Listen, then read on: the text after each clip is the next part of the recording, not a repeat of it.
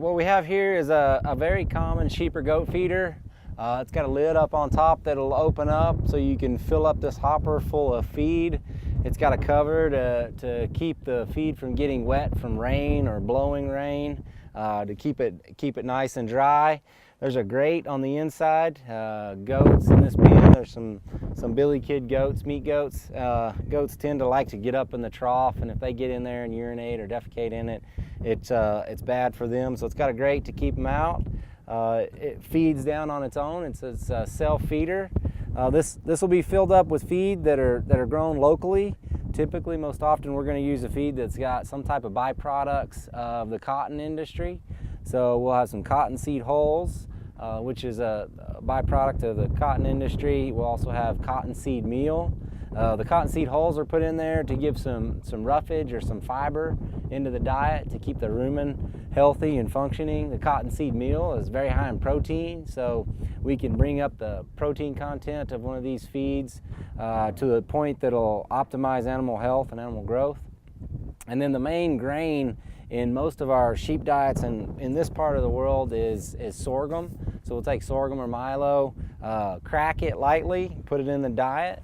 We like to keep a really low concentration of grain in the diet to begin with. So we'll start sheep or goats on about a 10 to 20% grain in the diet, and as they get adjusted to it, we'll just keep going up with more and more grain or concentrate.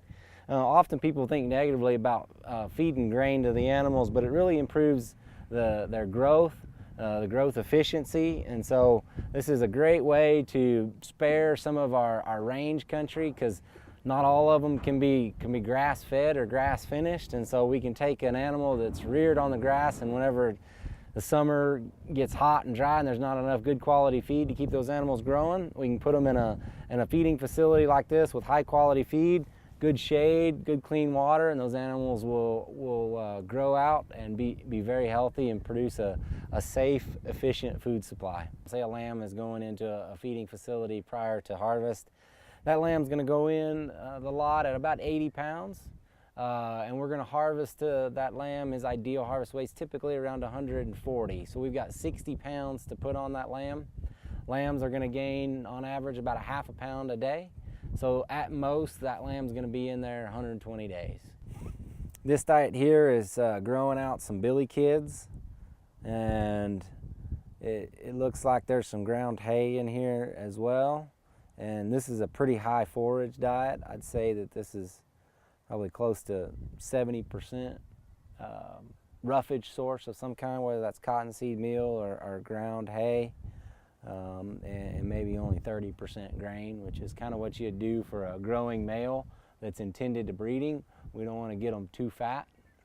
That impedes reproduction, and we're not trying to get them fat. We're trying to grow them out and get them to be big and strong and ready to be a breeding male.